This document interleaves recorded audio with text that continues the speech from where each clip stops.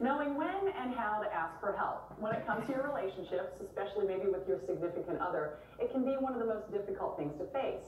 Sam DeVille is a licensed professional counselor, and he's here with some guidelines, maybe a little bit of relationship help. Sam, good to see you. Good to see nice you. to meet you today. So you're in a relationship. What are some of the red flags that people should look for? Like, maybe I can't solve this problem on our own as a couple or in the relationship. Right, so the biggest one I typically see is, I like to call it stepping outside the relationship, and people typically look at me weird like, oh, do you mean infidelity? And no, that's not what I mean.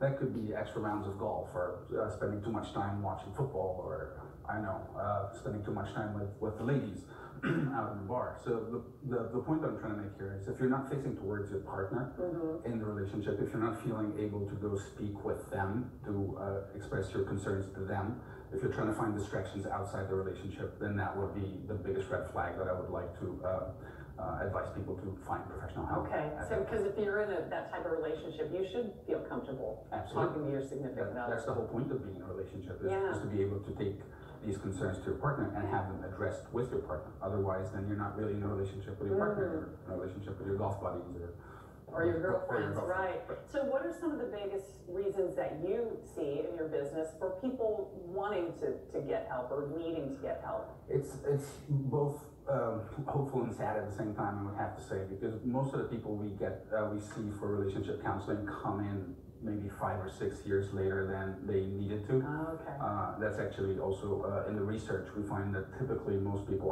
come in like 5 or 6 years after the trouble has already happened. But typically it's a point where they have been in a cyclical type of issue.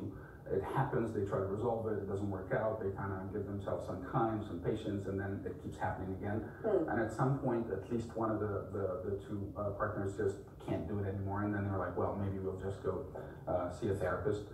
We're able to help in a lot of these cases, and some of these cases, because they're just so late in, it's very difficult to help with. Does that make it more difficult if it is like an ingrained thing that's been happening for such a long time? I mean, that is what we would expect. That is exactly how a marital problem or a relationship problem would look like, regardless of how people like each other, love each other, how long they've been together. So it's not so much that, it's if resentment has built up for a very long time, because a lot of times people would come kind of to give it a shot, and their heart is not really in it at that point. Well, that leads to another question. What if one person in the relationship says we need to go to a counselor, but the other one refuses or isn't up for it? Right. How do you deal with that? I mean, my advice would always be for the person who wants to find the help to go get the help, right? Like we cannot control the behavior of other people, and that's actually very good. I mean, I hate the word advice, but it's very good advice for people in relationships as well. You cannot control what your partner does, you can't control what your friends do, you can't control what your parents do, you can only control what you do.